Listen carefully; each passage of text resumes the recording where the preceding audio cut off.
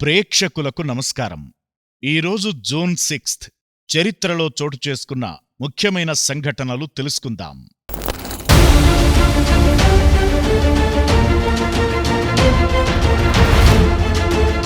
1844లో YMCA స్థాపించబడింది.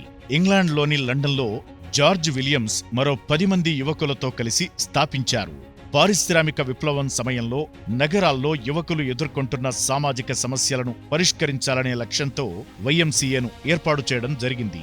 మద్రాసులో national council of YMCAs of India స్థాపించడంతో ఈ ఉద్యమం భారతదేశానికి విస్తరించింది. అలాగే హైదరాబాద్లో కూడా తన ఉనికిని చాటుకుని క్రీడా కార్యకలాపాలకు కేంద్రంగా మారింది. 1944లో మిత్రరాజ్యాల దళాలు జర్మన్ ఆక్రమిత భూభాగంలోకి ప్రవేశించిన రోజును డీ-డే అని పిలుస్తారు. డీ-డే రెండవ ప్రపంచ యుద్ధంలో కీలకమైన ఘట్టంగా నిలిచింది. ఇది నాజీ జర్మనీ ముగింపుకు నాంది పలికింది. ఆక్రమిత ఫ్రాన్స్లో పట్టు సాధించడం ద్వారా మిత్రరాజ్యాల విజయానికి మార్గాన్ని సృష్టించింది. పశ్చిమ ఐరోపాను నాజీల ఆక్రమణ నుండి విముక్తి చేయడానికి మిత్రరాజ్యాల ప్రణాళికైన ఆపరేషన్ ఓవర్లార్డ్కు డీ-డే అనే కోడ్నేమ్ పెట్టారు.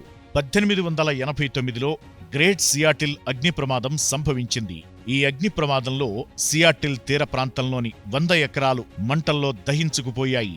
మాడిసన్ స్ట్రీట్లో ఉన్న ఒక చెక్కపని దుకాణంలో మంటలు చెలరేగి అనంతరం వేగంగా సమీప భవనాలకు వ్యాపించాయి. ఈ అగ్ని ప్రమాదం గణనీయమైన నష్టాన్ని కలిగించింది. అయితే చివరికి అగ్ని ప్రమాదం సియాటిల్ చరిత్రలో ఒక ప్రధాన మలుపుకు దారితీసింది.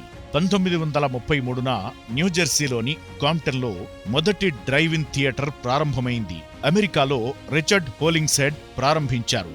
డ్రైవ్-ఇన్ థియేటర్ అనేది ఒక రకమైన బహిరంగ థియేటర్. ఇక్కడ ప్రజలు తమ కార్లలో కూర్చుని సినిమాలు చూడవచ్చు. అనంతరం పలు దేశాల్లో డ్రైవ్-ఇన్ థియేటర్ ప్రారంభమయ్యాయి.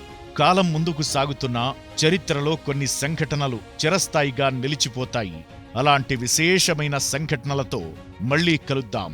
అప్పటి వరకు చూస్తూ ఉండండి PMC, ప్రతిక్షణం సత్యదర్శనం.